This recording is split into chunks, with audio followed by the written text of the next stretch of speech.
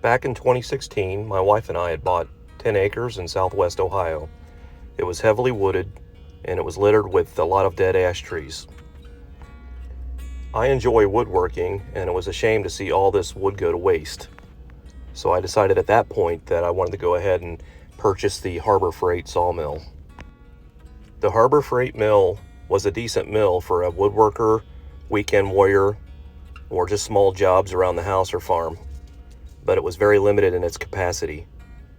The longest log you could do was 9 feet, and it was limited by a 20-inch diameter log, and I quickly outgrew this mill.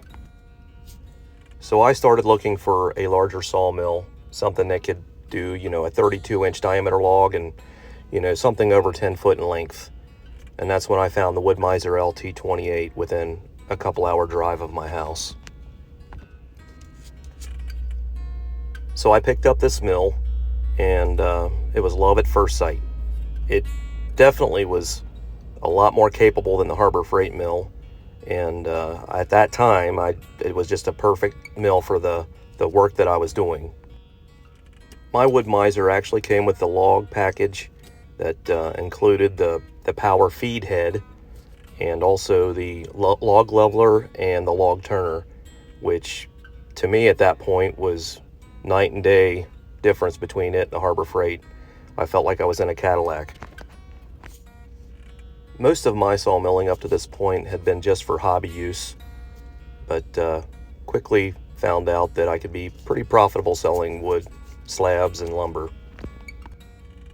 As you can see in my video, the LT28 has turned out some really, really nice lumber over the years, and it's been doing everything I asked it to do, and I couldn't be happier.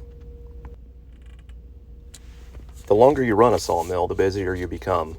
Word of mouth, advertisements, the word just gets out that you do it, and you get free logs sometimes, and you just become really busy. And the LT28 is a perfect mill for doing several logs here and there. But when you get larger jobs where you have 10 plus logs, it's a little slower, and at my age, I'm in my lower 50s, it's a long day when you have the manual mill, turning the logs manually all the time, and it wears on the body after a while.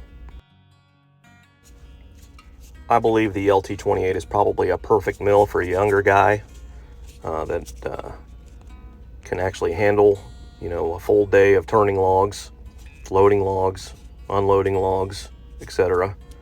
But I would probably recommend a hydraulic mill for, anybody that's a little bit older and going to have a lot of work ahead of them.